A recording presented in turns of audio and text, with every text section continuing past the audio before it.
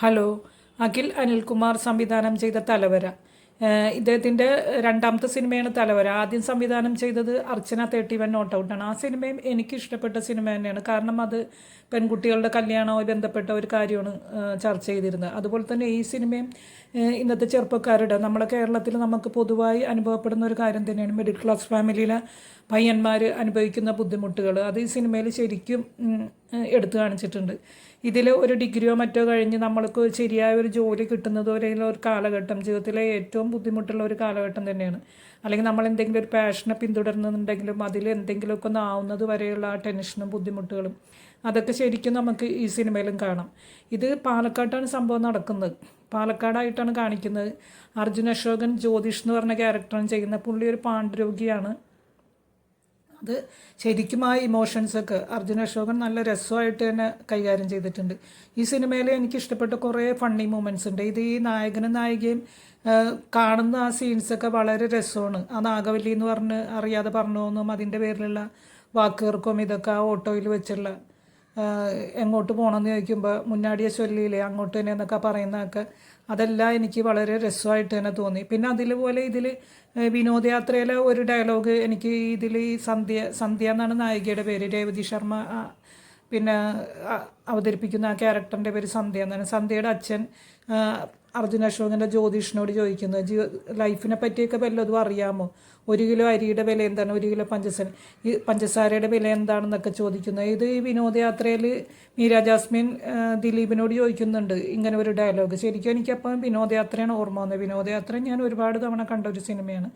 ഇതിലപ്പോൾ അർജുൻ അശോകൻ മണിമണി പോലെ പറയുമ്പോൾ അമ്മ എന്ന് പറയേണ്ട അവന് സൂപ്പർ മാർക്കറ്റിലാണ് ജോലി ചെയ്യുന്നത്. ശരിക്കും അച്ഛനാണ് അപ്പോൾ അവിടെ പ്ലിങ് ആയത്. ആ ഒരു സീൻ എനിക്ക് വളരെയധികം ഇഷ്ടപ്പെട്ട സീനാണ്.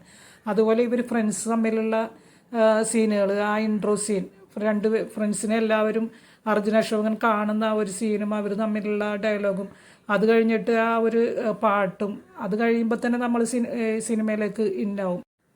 പിന്നെ ഇതിൽ അച്ഛനായിട്ട് വരുന്നത് അശോകനാണ്. പുള്ളി ശരിക്കും നമ്മളെ ഞെട്ടിച്ചിട്ടുണ്ട്. ഒരു ഉത്തരവാദിത്വ ബോധം ഇല്ലാതെ ഇങ്ങനെ നിസ്സംഗനായിട്ട് നടക്കുന്ന, ശരിക്കും പറഞ്ഞാൽ നമുക്ക് യഥാർത്ഥ ജീവിതത്തിൽ റിലേറ്റ് ചെയ്യാൻ പറ്റുന്ന ഒരു അച്ഛൻ തന്നെയാണ്. ഇങ്ങനെ ഒരു അച്ഛൻ വീട്ടിലുണ്ടെങ്കിൽ അമ്മയ്ക്ക് ടെൻഷന് വേറെ എവിടെയും പോകണ്ട. അത്രമാത്രം ആ സ്ത്രീയുടെ ടെൻഷനും മറ്റും നമ്മൾ ഈ സിനിമയിൽ ശരിക്കും കാണുന്നുണ്ട്. പുള്ളി എന്ത് രസമായിട്ടാണ് ആ ക്യാരക്ടറിനെ കൊണ്ടുപോയിരിക്കുന്നത്. പുള്ളിയുടെ ആ നിസ്സംഗതാവസ്ഥയും പുള്ളിയുടെ ആ ഒരു ആ മാനറിസും ഒക്കെ ശരിക്കും നമുക്ക് അശോകനാണെന്ന് പറയില്ല. അത്ര രസമായിട്ട് തന്നെ അശോകൻ ആ ഒരു ക്യാരക്ടർ ചെയ്തിട്ടുണ്ട്. പിന്നെ നായികയായിട്ട് വന്നുള്ള രേവതി ശർമ്മ എന്തൊരു ക്യൂട്ടാണ് ആ കുട്ടി. എത്ര രസമായിട്ടാണ് ചെയ്തിരിക്കുന്നത്. ഒരു ഉത്സവപ്പറമ്പിൽ വെച്ചിട്ട് ഉള്ള ആ സംസാരമൊക്കെ, അന്നേക്ക് നാഗവല്യ ഇന്നേക്ക് മലര അങ്ങനെയൊക്കെ ചോദിക്കുന്നതും അവരുടെ ആ മുഖത്തെ ഭാവങ്ങളും അതേപോലെ ആ ഒരു ഓഫീസിൽ വെച്ചുള്ള സംസാരങ്ങളും എല്ലാം വളരെ രസമായിട്ട് തന്നെ അവർ ആ ക്യാരക്ടറിനെ ചെയ്തിട്ടുണ്ട്.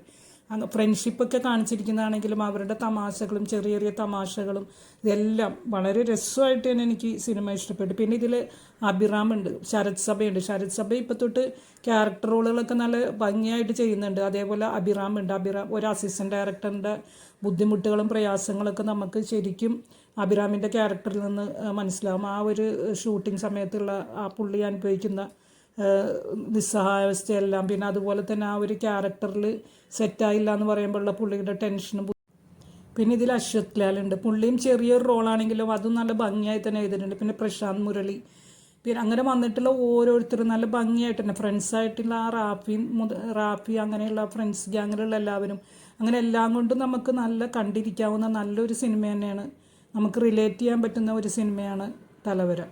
നിങ്ങളുടെ അഭിപ്രായങ്ങൾ കമൻറ്റ് ചെയ്യുമല്ലോ. വീഡിയോ ഇഷ്ടമായെങ്കിൽ ലൈക്ക്, ഷെയർ ആൻഡ് സബ്സ്ക്രൈബ്. എൻ്റെ വീഡിയോ കണ്ടതിൽ ഒരുപാട് സന്തോഷം. ഇനിയും മറ്റൊരു വീഡിയോയിൽ കാണാം. ബൈ.